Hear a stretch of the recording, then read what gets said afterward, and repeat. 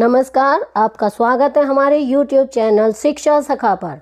आज मैं आपके लिए लेकर आई हूँ कक्षा 7 सामाजिक विज्ञान की सामाजिक एवं राजनीतिक जीवन भाग 2 का अध्याय 6। अध्याय का नाम है संचार माध्यमों को समझना। इस वीडियो में हम इस पाठ के प्रश्न अभ्यास, अति लघु उत्तरात्मक प्रश्न और बहुविकल्पीय प्रश्नोत्तर करेंगे। पिछले वीडियो में मैंने आपको पाठ 5 औरतों ने बदली दुनिया पाठ के प्रश्न अभ्यास, अति लघु उत्तरात्मक प्रश्न और बहुविकल्पीय प्रश्नोत्तर करवाए थे। अगर आप मेरे चैनल पर नए हैं और अभी तक आपने मेरे चैनल को सब्सक्राइब नहीं किया है तो प्लीज़ सब्सक्राइब कर लें और बेल आइकन को ज़रूर दबाएं। मैंने अपने चैनल की प्लेलिस्ट में सब्जेक्ट वाइज लिस्ट डाली हुई है। आप जिस भी सब्जेक्ट के लेसन को देखना चाहते हैं मेरे चैनल की प्लेलिस्ट में जाकर उसे देख सकते हैं। तो चलिए अब हम पाठ को शुरू करते हैं।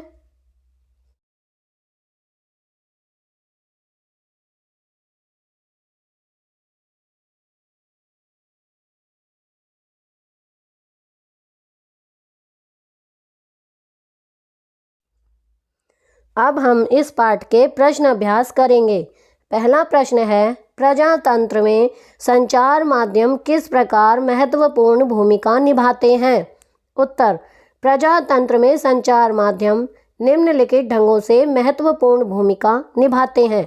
नंबर 1, यह लोगों को देश विदेश के समाचार देते हैं। नंबर 2, यह देश विदेश में होने वाली घटनाओं पर चर्चा करते हैं। नंबर 3, यह सरकार की कार्यप्रणाली तथा अन्य ज्वलंत मामलों के बारे में जानकारी देते हैं। प्रश्न 2, क्या आप इस रेखा चित्र को एक शीर्षक दे सकते हैं? इस रेखा चित्र से आप संचार माध्यम और बड़े व्यापारी प्रतिष्ठान के परस्पर संबंध के बारे में क्या समझ पा रहे हैं? उत्तर, शीर्षक, संचार माध्यम एवं बड़े व्यापारिक प्रतिष्ठान अथवा संचार माध्यम अपने उत्पादों को बढ़ावा देने का साधन। इस रेखा चित्र से हमें पता चलता है कि संचार माध्यम और व्यापारिक प्रतिष्ठान में घनिष्ठ संबंध है। संचार माध्यम विज्ञापनों द्वारा उत्पादों को बढ़ावा देते हैं। दूसरी ओर विज्ञापन संचार माध्यम की आय के स्रोत हैं। प्रश्न 3, आप पढ़ चुके हैं कि संचार माध्यम किस प्रकार एजेंडा बनाता है। इसका प्रजातंत्र में क्या प्रभाव पड़ता है? अपने विचार के पक्ष में 2 उदाहरण दीजिए। उत्तर, प्रजातंत्र में संचार माध्यम को महत्वपूर्ण भूमिका निभानी होती है। संचार माध्यम ही एक ऐसा स्रोत है जिससे हम सरकार की कार्यप्रणाली से संबंधित मामलों तथा ज्वलंत समस्याओं के बारे में सुनते हैं। उदाहरण नंबर 1, संचार माध्यम ने कोला पेय में कीटनाशकों का स्तर खतरे के स्तर तक बढ़े हुए होने की ओर हमारा ध्यान आकर्षित किया था। नंबर 2, संचार माध्यम ने सरकार में व्याप्त भ्रष्टाचार में मामलों की तरफ हमारा ध्यान आकर्षित किया था।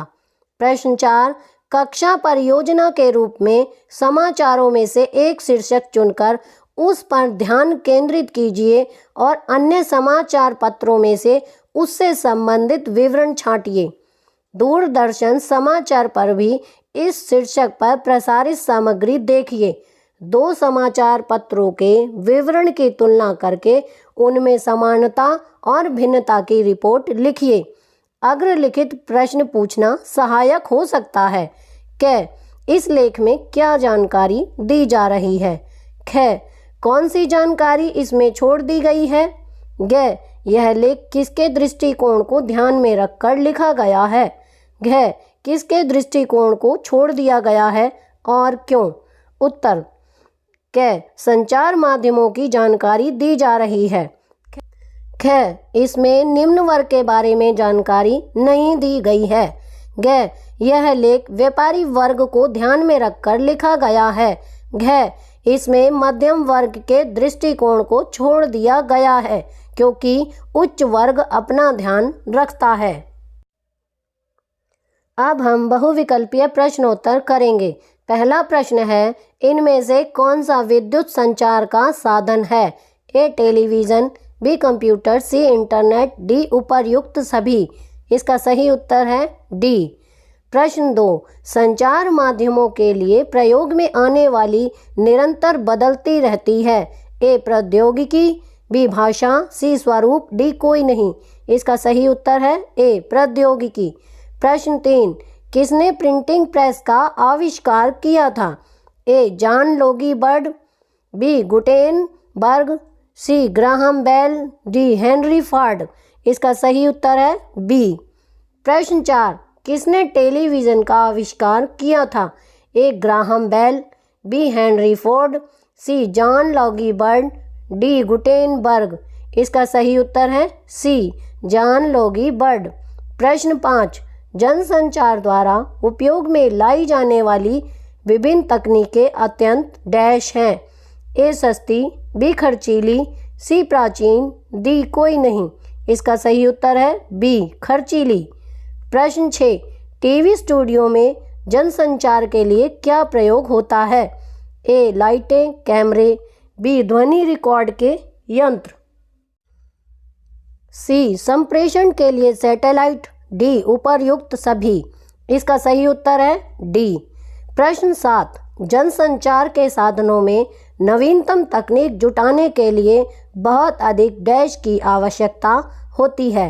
ए धन, बी व्यक्ति, सी प्रौद्योगिकी, डी कोई नहीं। इसका सही उत्तर है ए। प्रश्न 8, टीवी चैनलों की आय का सबसे प्रमुख स्रोत क्या है? ए ग्रांट, बी विज्ञापन, सी दान, डी सरकारी सहायता। इसका सही उत्तर है बी। प्रश्न 9, सरकार द्वारा किसी अभिव्यक्ति को जन समुदाय तक पहुंचने से प्रतिबंधित करने को डैश कहते हैं? ए सरकारी प्रतिबंध, बी निषेध व्यवस्था, सी सेंसरशिप, डी कोई नहीं। इसका सही उत्तर है सी। अब हम लघु उत्तरीय प्रश्न करेंगे। पहला प्रश्न है, मीडिया किसे कहते हैं? उत्तर, मीडिया मीडियम शब्द का बहुवचन है। इसका तात्पर्य उन विभिन्न तरीकों से है जिनके द्वारा हम समाज में विचारों का आदान प्रदान करते हैं। प्रत्येक वस्तु जैसे कि फ़ोन पर बात करने से लेकर टीवी पर शाम के समाचार सुनने तक को मीडिया कहा जा सकता है। प्रश्न 2, संचार माध्यम को अधिक लोगों तक पहुंचने में किस चीज़ से सहायता मिलती है? उत्तर, तकनीक तथा मशीनों को बदलकर अत्याधुनिक बनाने से संचार माध्यम को अधिक लोगों तक पहुंचने में सहायता मिलती है। प्रश्न 3, टेलीविज़न ने विश्व को कैसे बहुत पास ला दिया है? उत्तर, टेलीविज़न के कारण हम अपने आप को विश्व समाज का एक सदस्य समझने लगे हैं। टेलीविज़न में प्रदर्शित चित्र सैटेलाइट और केबल के विस्तृत जाल के माध्यम से अत्यंत सुदूर क्षेत्रों तक पहुंचाए जाते हैं। इसके कारण हम संसार के अन्य भागों के समाचार और मनोरंजक कार्यक्रम देख पाते हैं। आप टीवी पर जो कार्टून देखते हैं वे अधिकांशतः जापान अथवा संयुक्त राज्य अमेरिका के होते हैं। अब तक हम चेन्नई अथवा जम्मू में बैठकर अमेरिका में फ्लोरिडा के समुद्री तट पर आए तूफानों के चित्रों को देख सकते हैं। इस प्रकार टेलीविज़न ने विश्व को बहुत पास ला दिया है। प्रश्न 4, क्या कारण है कि अधिकांश टेलीविज़न चैनल और समाचार पत्र किसी बड़े व्यापारिक प्रतिष्ठान का भाग होते हैं? उत्तर, जनसंचार माध्यम द्वारा उपयोग में लाई जाने वाली विभिन्न तकनीकें अत्यंत खर्चीली होती हैं। तकनीकें निरंतर बदलती रहती हैं, इसलिए नवीनतम तकनीक जुटाने पर बहुत धन व्यय होता है। इन खर्चों के कारण जनसंचार माध्यम को अपना काम करने के लिए बहुत अधिक धन की आवश्यकता होती है। इसी कारण अधिकांश टेलीविज़न चैनल और समाचार पत्र किसी बड़े व्यापारिक प्रतिष्ठान का भाग होते हैं। प्रश्न 5, स्वतंत्र संचार माध्यम से क्या तात्पर्य है? उत्तर, स्वतंत्र संचार माध्यम से तात्पर्य है कि उसके द्वारा दिए जाने वाले समाचारों को कोई भी नियंत्रित अथवा प्रभावित ना करे। समाचार का विवरण देने में कोई भी उसे निर्देशित न करे कि इसमें क्या शामिल किया जाना है और क्या नहीं। प्रश्न 6, यह क्यों आवश्यक है कि संचार माध्यम द्वारा प्रदान की गई जानकारी विश्वसनीय और तटस्थ हो। उत्तर, संचार माध्यम द्वारा प्रदान की गई जानकारी के आधार पर ही हम नागरिक के रूप में कार्रवाई करते हैं, इसलिए यह आवश्यक है कि यह जानकारी विश्वसनीय और तटस्थ हो। प्रश्न 7, ऐसा प्राय क्यों कहा जाता है कि संचार माध्यम ही एजेंडा तय करता है।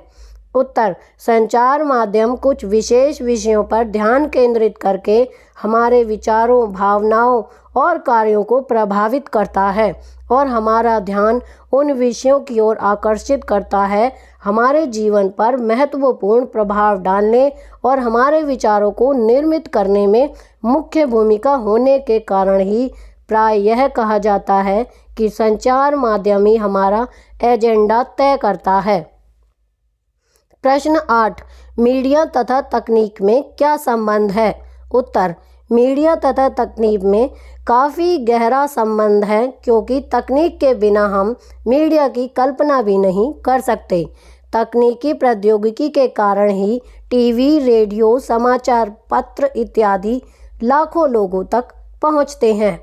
तो यहाँ पर हमारा पार्ट 6 का अभ्यास का कार्य पूरा हो गया है। अगली वीडियो में मैं आपको पार्ट 7 हमारे आसपास के बाजार पाठ के प्रश्न अभ्यास, अति लघु उत्तरात्मक प्रश्न और बहुविकल्पीय प्रश्नोत्तर करवाऊंगी। आपको मेरी ये वीडियो कैसी लगी मुझे कमेंट करके ज़रूर बताएं। प्लीज़ मेरे चैनल को लाइक करें, शेयर करें और सब्सक्राइब करना ना भूलें। Thank you.